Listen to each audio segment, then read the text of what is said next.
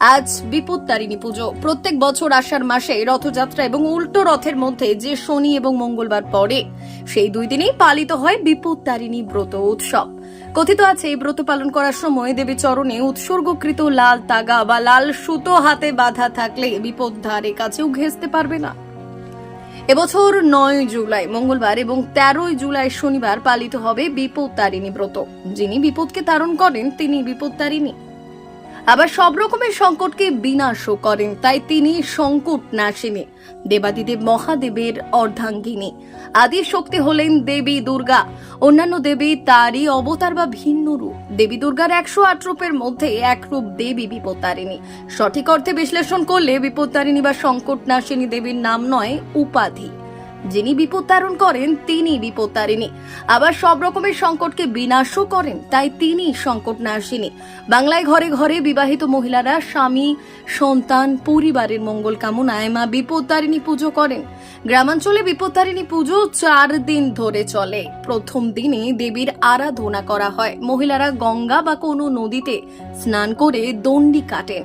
তারপর 2 রাত্রি ধরে রাতে বাংলা লোকগান, ভজন ও কীর্তন চলে। চতুর্থ দিনে বিসর্জন হয়। বিপত্তারিণী পুজো উপলক্ষে মেয়েরা উপবাস করেন।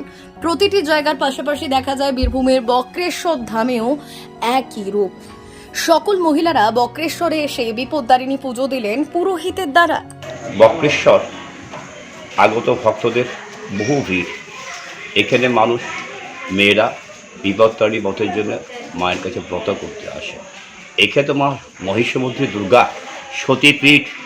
এখানে বহু বহু দূর থেকে মেয়েরা উদযাপনের জন্য ব্রত করার জন্য ছুটে আসে এবং সকাল থেকে প্রচণ্ডভাবে ভিড় চলছে, আরও ভিড় বাড়বে।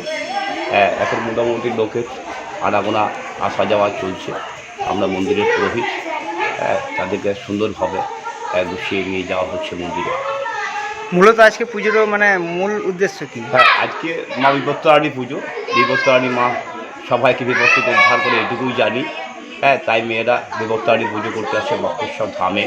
মহিষমর্দিনী দুর্গা রূপে যেখানে মা আছে বিরাজমান, সেইখানেই মায়ের পুজো হচ্ছে। ব্যুরো রিপোর্ট, উত্তরের প্রহরী।